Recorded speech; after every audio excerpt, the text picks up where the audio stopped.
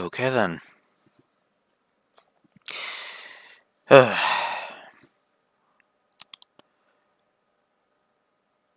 Yeah. That ending is not filling me with confidence. In fact, admittedly, it's been a couple of minutes since I finished watching the episode. Mostly because I needed to double check the manga and yeah. Sorry for the bump.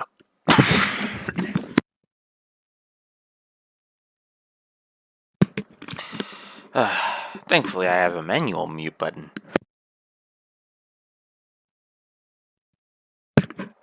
Yeah.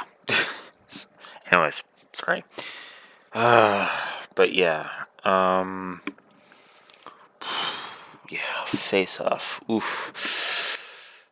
Well, we'll see what I think about that next time, but for now, let's talk about the Paradox Brothers, shall we? So, I've come to a decision that I'm going to employ basically universally from here on out.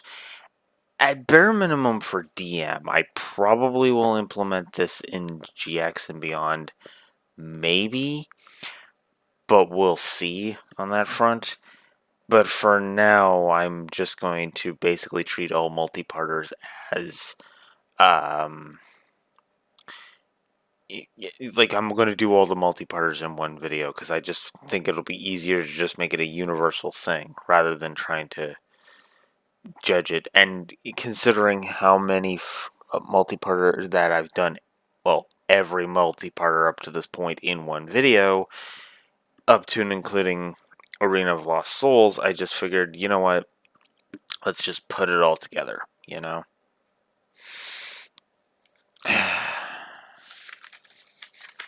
And my nose is deciding to fool me.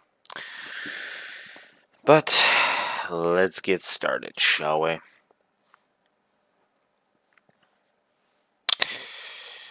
Let's talk about the Kaiba stuff first, since I have the least to say about it. We'll just start with that. I took very few notes about the Japanese version, although, again, in my defense, a lot of it would be universal. In fact, we actually have a first this time, admittedly. My notes, like all of my notes here, all of them, 100% would be universal. Or are universal. Like for my dub notes, 100% of them.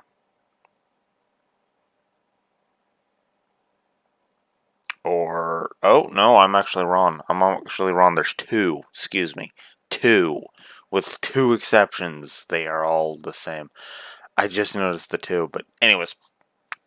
My point is that these episodes, yeah, these episodes are pretty close.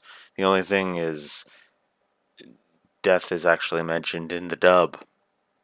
Yeah, they literally say that Mokuba and Seto and Mokuba's birth parents died in the dub. Yeah. I gotta be honest with you, the Mokuba scenes in the dub were kind of grating on me. And then One sec. Okay, I thought that was going to be a sneeze, but it was a yawn. Ugh. God damn it. Going to lay down after this. But anyways, the Mokuba scenes were not exactly easy for me to watch, mostly because, yeah, they just kind of started to grate on me in the dub. The sub ones were better, but it just kind of felt like they were mostly filler. Like, you could just put all of Kaiba's scenes in, like, the last 5 minutes, and it would work, but whatevs. Come on, buddy. Let's get through this. Damn it. What else do we got here? Also, I do find it kind of interesting. The final shot is actually a shot showing that Kaiba is heading towards the castle. My question is, what the hell took him so long to get to the castle? I mean, was he really that far away from the castle? I mean, Duelist Kingdom isn't exactly a small island, but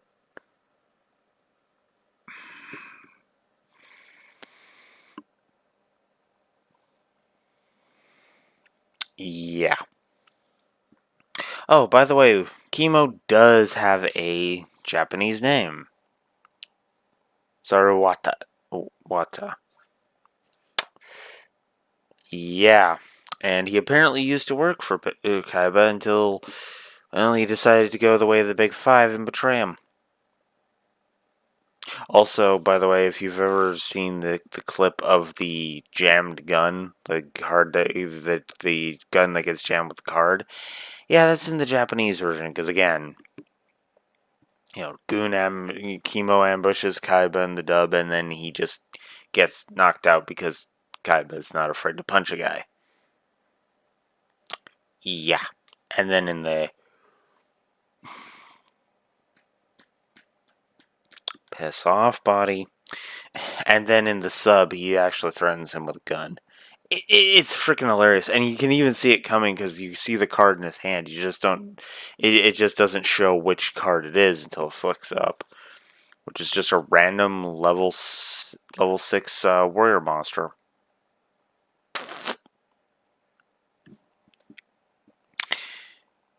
I mean, what else are you gonna do with junk cards like that, right? Anyways, so Kaiba has Sarawada lead him into the dungeon to try and rescue Mokuba. Or I'll just keep calling him Kimo. So Kimo basically leads Kaiba into the dungeon, and then Kimo sounds the alarm because there are more switches in Pegasus's dungeon, excuse me, than Swiss cheese has holes in it. Oy.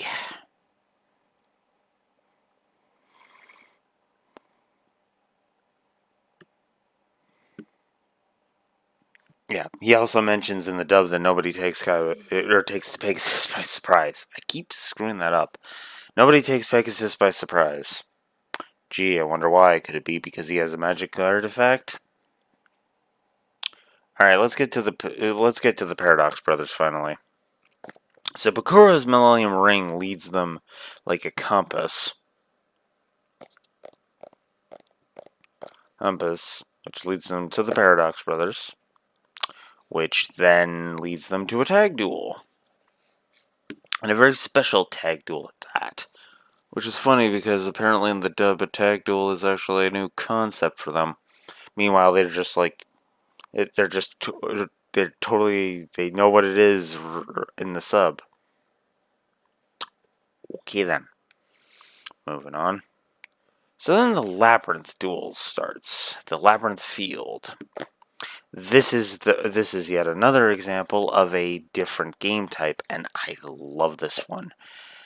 The idea is every monster has a level, right? So that's how many spaces they can move, and effectively you treat them like game pieces. The rest of the game is mostly the same. It's just you have movement and positioning to worry about a bit more,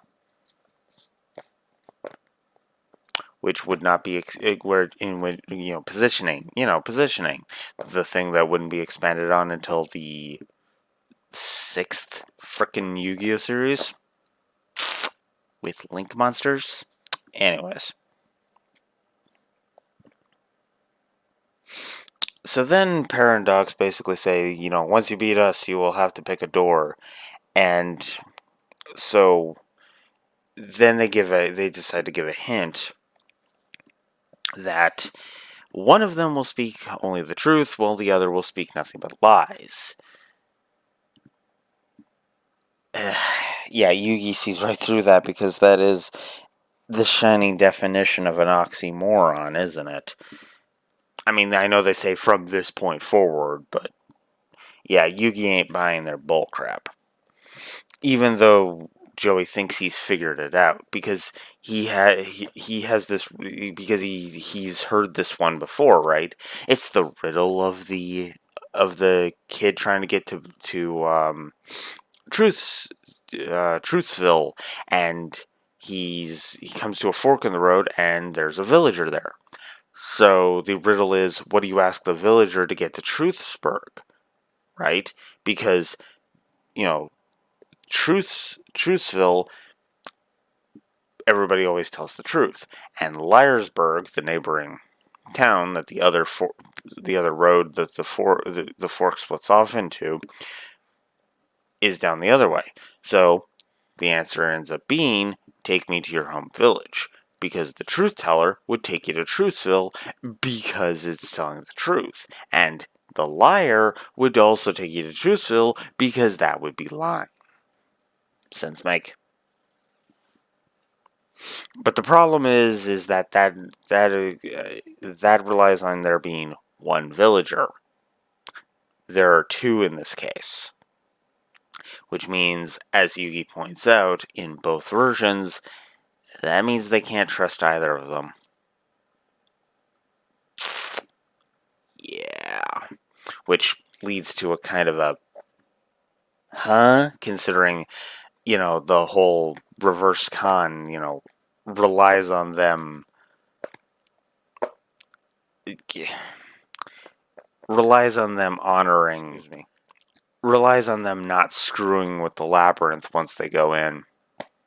Now, I know the obvious answer, Pegasus, but it just feels like it's like, huh? They don't even attempt to explain it.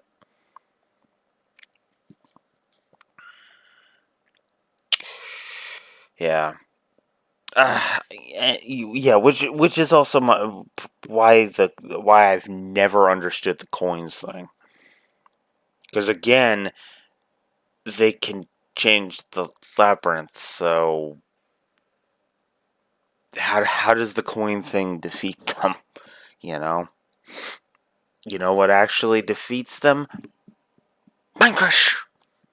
Alright, we're going. Bye.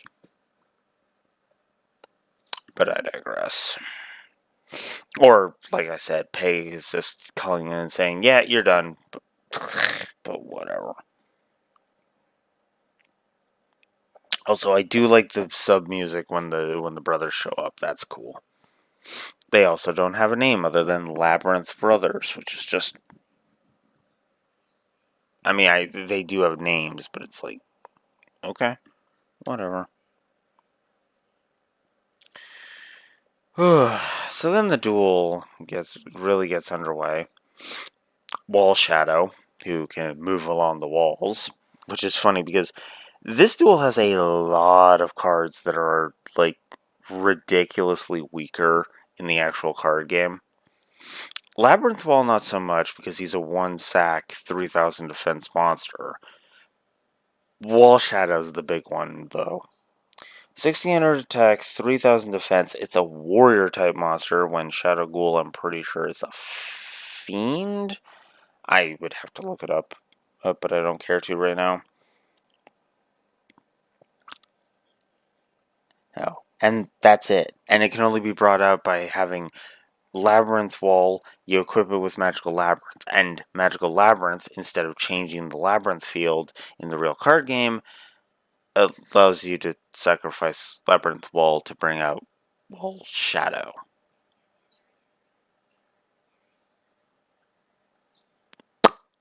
Yeah, you can see why these cards don't get used very often, huh? Keep in mind, Labrynth Wall itself has 0 attack.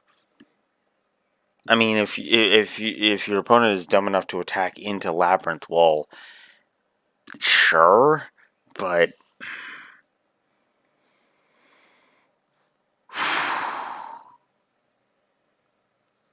Shadow Ghoul's just a better monster. I hate to say it, but it's true.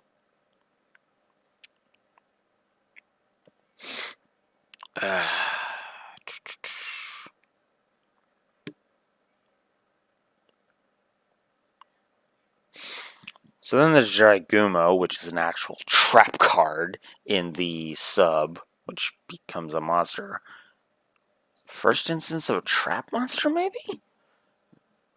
Kind of an interesting concept.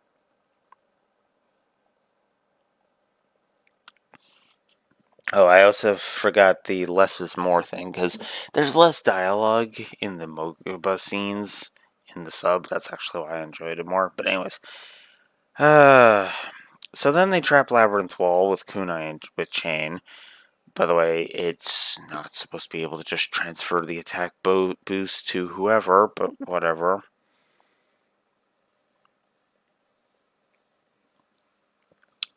Already talked about Magical Labrynth. Not much for me to say, really, about a lot of these. So this is another first. Mystic Box. Swap places with another monster. The opponent's monster gets skewered, and your monster is fine. Mystic Box is a pain in the ass. It is actually not a very good card in the real card game, because you know what it does? Here, I will give you control of this monster in order to destroy yours. I wonder if you can activate it when you only have Blindly Loyal Goblin. That's something I should test in Duel Links at some point. But anyways. They use that to defeat Yugioh. Okay, I was wrong again. There's a third dub note because the dialogue they screwed up with the dialogue again. Joey is like, "No, my Celtic Guardian," and I'm just like, "Your Celtic Guardian, Joey?" It's just, I have to make fun of when the dub pulls really dumb lines like that. I just have to make fun of them. And that is a trend that I'm going to continue, by the way, so don't think that that's ending anytime soon. So then Joey uses Salamandra to deal with the dungeon worm that poked its head out and killed Celtic Guardian, even though Monster Tamer showed up. And then they assemble the pieces of Gate Guardian, Sangha the Thunder, Kazijin, and Suijin. Yeah, I'm just gonna say it straight up. Wow, are those monsters way weaker in the actual card game, especially Gate Guardian. You know what Gate Guardian is? He's a giant beater with like 3750 attack points. That's it. That's all he is. Outside of Yu-Gi-Oh! Forbidden Memories, he is a useless fucking card. Oof. Well, I shouldn't say completely fucking useless, but yeah, he's nowhere near as potent and powerful here because of the multiple uses of the shields and everything and the multiple attacks. I mean, that would actually make him an intimidating threat, but yeah, there's nothing. There is nothing. Yeah, there's nothing interesting. Now, granted, the barriers that they employ are more powerful in the real card game. It's just that they can only be used once per duel. First example of that. One sec. My nose is being really damn irritating today. Yeesh. So then they spend the next duel actually trying to deal with it, which unfortunately means the end of Flame Swordsman. But that paves the way for Summon Skull to actually allow Season 1's logic to actually mean something other than stupid shenanigans this time. Namely, water conducting electricity and being able to destroy Suijin. Which then allows Yugi to pull some Monster Reborn shenanigans later. Which is cool. So then Joey paves the way for Black Skull Dragon to show up. But Black Skull Dragon can't fly, but Yugi's got a plan.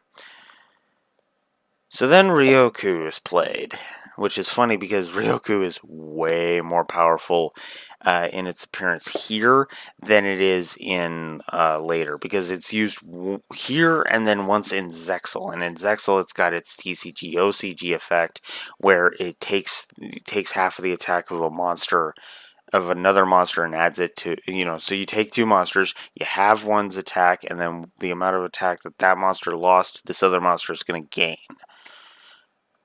Yeah, and it's different than having your opponent's life points and adding them to, to one monster on your field.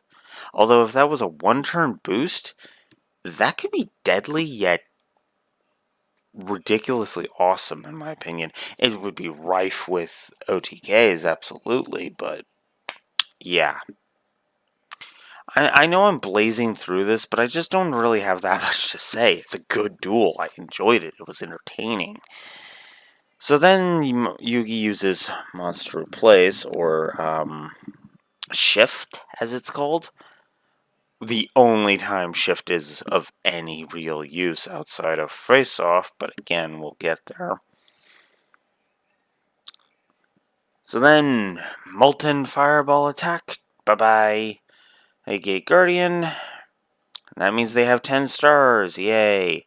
So then they deal with the Labrynth, and then Pegasus takes Mokuba's soul, and in the Japanese version says, "Go fight Yugi for your chance to duel me for your brother's soul." All back.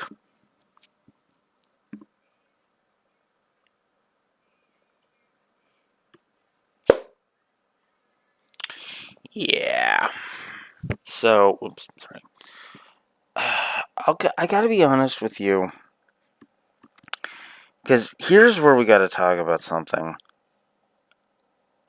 Face Off, in many regards, tends to be one of those episodes that gets talked about, at least from my perspective, with positivity in one way or another, right?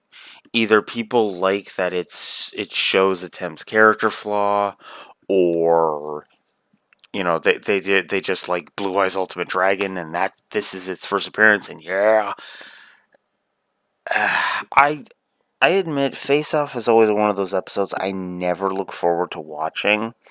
Even when I was younger, it was like after I saw it the first time, every rerun I was like, I was less inclined. I mean, I was gonna watch it because it was Yu-Gi-Oh, but I wasn't watching it with enthusiasm. If you catch my drift, you know. But Pegasus is forcing the issue.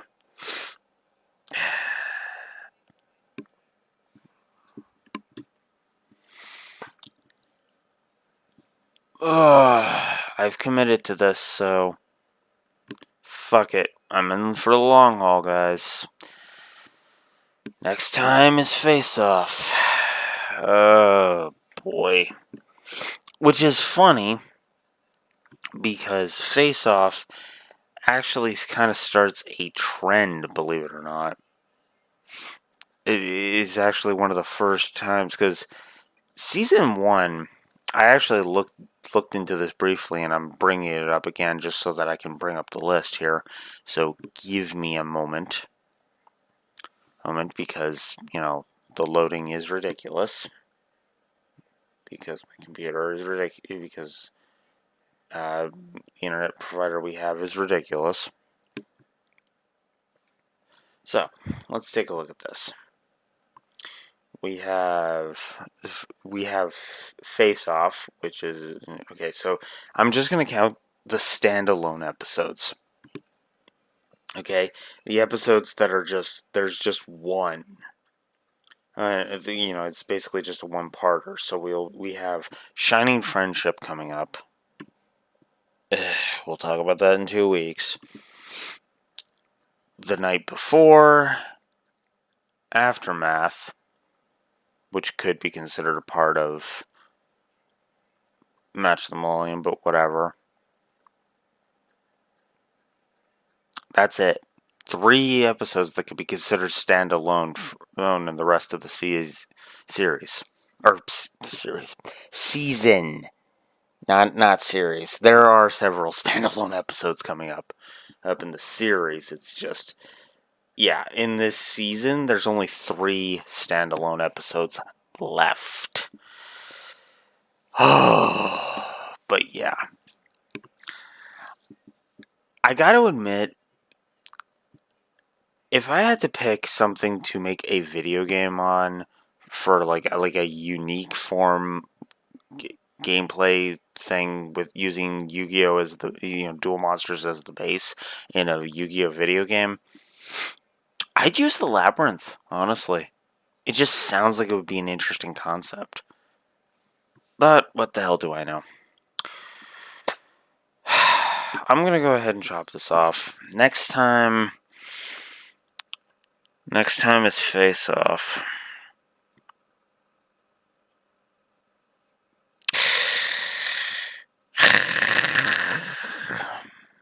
We'll see what I think when I go back through it. I am not doing that today, though, because I'm already tired and I really don't want to watch an episode that I'm 99% sure I'm going to hate. So, get your torches and pitchforks ready for me next week, guys. Until then, this has been Blue Wolf Fox of the Lore Walkers, and I'm signing out. Have a good one. Duel standby. Ugh.